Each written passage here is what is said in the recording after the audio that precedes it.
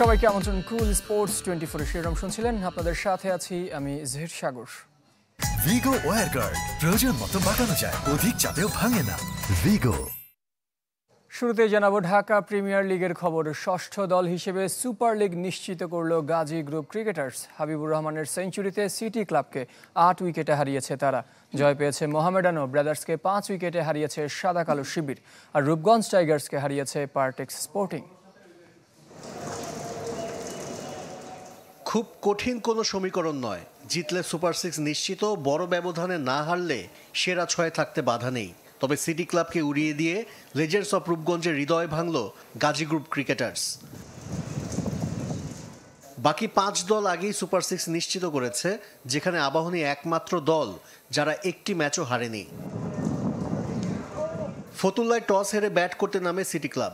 গাজীর বোলারদের নিয়ন্ত্রিত বোলিংয়ে অল আউট হয় মাত্র 180 রানে। হাফ সেঞ্চুরি করতে পারেনি কেউ। ওপেনার হাসানুজ্জামান করেন সর্বোচ্চ 38 রান। মাত্র 19 রান দিয়ে 3 উইকেট নিয়ে লিগের সর্বোচ্চ শিকারী এখন রুয়েল মিয়া। মাত্র 145 বল খেলে লক্ষ্যে পৌঁছায় গাজী গ্রুপ। হাবিবুর রহমান সোহান লিস্টে ক্রিকেটে দ্বিতীয় সেঞ্চুরি করেন।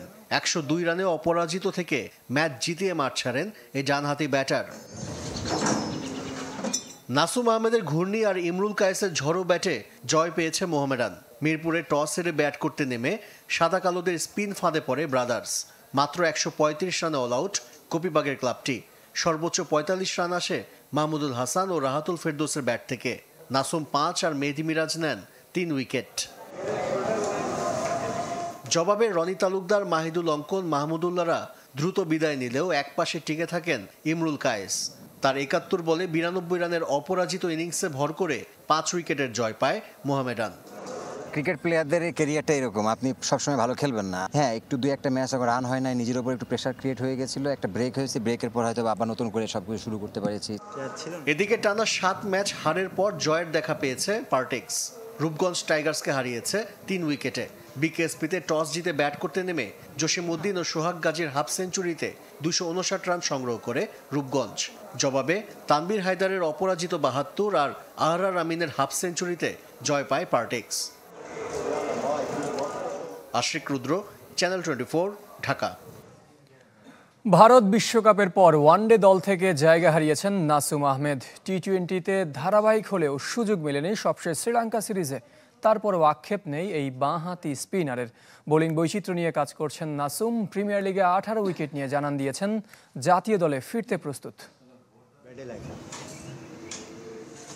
10 বছরের লিস্টে ক্যারিয়ারের সেরা বোলিং ফিগার। এর আগেও 5 উইকেট পেয়েছেন, তবে এবার মাত্র 22 রান দিয়ে। মিরপুরে নাসুমের ঘূর্ণিতে নাস্তানাবুদ ব্রাদার্স।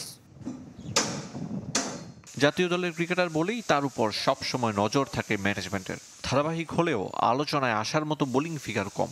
লিগ পর্বের শেষ ম্যাচটাকেই যেন বেছে নিয়েছিলেন নাসুম আহমেদ। অনেক দিন ধরে একটা খিদা নিয়েছিলাম আর কি, উইকেটের খিদা নিয়েছিলাম। 1-2টা করে পাইতাম, বাট প্রথম 4 ম্যাচে মনে হয় আমি 2টা উইকেট পাইছি। আমি ম্যাচ বাই ম্যাচ আগাইতে থাকি, কখনো আমি সেট করি না, আর যেটা আমার মনের মধ্যে থাকে ওইটা আমি মনের মধ্যেই রাখি, আমি প্রকাশ করি না। সবশেষ বিশ্বকাপে লাল সবুজ জার্সিতে খেলেছিলেন 3টা ম্যাচ। প্রত্যাশা অনুযায়ী পারফরমেন্স হয়নি বৈশ্বিক আসরে। 15 ওয়ানডেতে 12 উইকেট পাওয়া এই স্পিনারের উপর তাতে ধৈর্য হারায় টিম ম্যানেজমেন্ট। নাসুমের মূল অস্ত্র আর্ন ডেলিভারি, কিন্তু সময়ের ব্যবধানে এ বাঁহাতি স্পিনারকে বিচার বিশ্লেষণ করে ব্যাটাররা আগে থেকেই প্রস্তুত থাকেন। তাই বোলিংয়ে আরও বৈচিত্র্য আনার ভাবনা।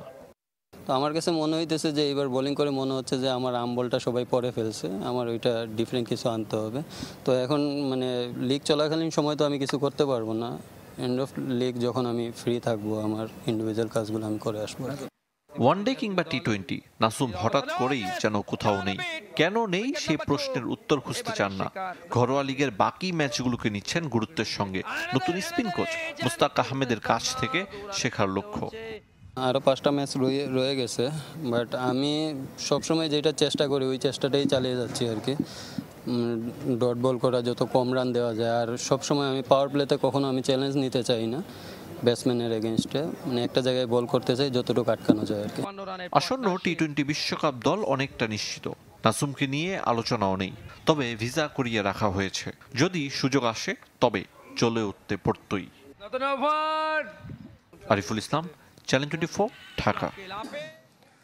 এদিকে রাত পোহালেই ক্রিকেটারদের ফিটনেস টেস্ট ভোরে বঙ্গবন্ধু স্টেডিয়ামে যাবে টাইগাররা। প্রথমবারের মতো অ্যাথলেটিক্স ট্র্যাকে দৌড়ানো ছাড়াও অংশ নেবে ভিন্নধর্মী ফিটনেস টেস্টে। ভোর 6টায় ওয়ার্ম আপ দিয়ে শুরু হবে কার্যক্রম, এরপর হবে 40 মিটার স্প্রিন্ট। বিশ্রাম নিয়ে ফের বঙ্গবন্ধু স্টেডিয়ামের ট্র্যাকে দৌড়াবেন ক্রিকেটাররা। দিতে হবে 1600 মিটার রানিং টেস্ট। এরপর ফিরবে মিরপুরের শেরেবাংলায়, সেখানে জিম সেশন দিয়ে শেষ হবে ফিটনেস পরীক্ষা। টাইগারদের নজরদারি করবেন বিসিবি ট্রেনার নাথান কেইলি। জিম্বাবুয়ের বিপক্ষে সিরিজ ছাড়াও টি-20 বিশ্বকাপ ঘিরে ফিটনেস নিয়ে সচেতন বাংলাদেশ ক্রিকেট বোর্ড। জানাবো হকির খবর। প্রিমিয়ার লিগ হকিতে আবাহনী মোহামেডানের শিরোপা নির্ধারণী ম্যাচে হয়েছে হট্টগোল। এই ম্যাচের আরও খবর জানাতে আমাদের সাথে যুক্ত হচ্ছেন ফয়জুল ইসলাম।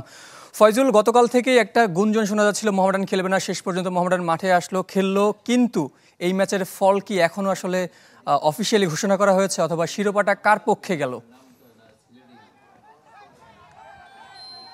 সাগর, শুরু করতে আসলে এভাবে যে শেষ হয়েও হলো না শেষ, অনেকটা বিষয়টা এরকমই।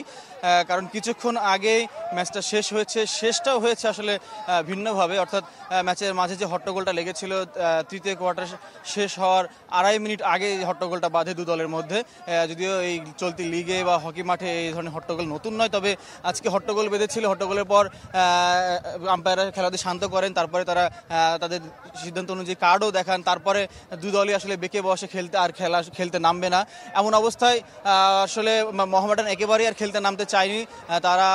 তাদেরকে 10 মিনিট সময় দিয়েছিল, তারপরে আরও 2 মিনিট দেওয়া হয়েছিল, তারপরে তারা মাঠে নামেনি। তার ফলে যদি ওই সময় যে সময় খেলা থেমে যায় তখন 3-2 গোলে মোহামেডান এগিয়ে ছিল, কিন্তু তারা যেহেতু আর পরবর্তীতে খেলতে আসেনি মাঠে, আম্পায়ারদের সিদ্ধান্ত অপেক্ষা করেছে। তারা 10 মিনিটের জায়গায় 12 মিনিট তাদের অপেক্ষা করা হয়েছে এবং আবাহনীকে জয়ী ঘোষণা করা হয়েছে। এবং যদি এই সিদ্ধান্ত শেষ পর্যন্ত বহাল থাকে, যেহেতু আম্পায়ার সিদ্ধান্ত দিয়ে দিয়েছেন, আশা করি হয়তো বহাল থাকবে, সেক্ষেত্রে কিন্তু আবার পয়েন্ট এখন সমান হয়ে গেল আবাহনী আর মেরিনার্সের মধ্যে। এবং সেক্ষেত্রে আরেক নতুন একটা সমীকরণ দেখা যাবে যে আবাহনী যার মেরিনার্স যেহেতু সমান পয়েন্ট, বাই লজে আছে আসলে প্লে অফ ম্যাচ খেলার কথা, কিন্তু এর আগে দেখা গেছে, এর আগে 3বার এমন হয়েছে, পয়েন্ট সমান হয়েছে, যুগ্ম চ্যাম্পিয়ন ঘোষণা হয়েছে, এমন ঘটনাও আছে।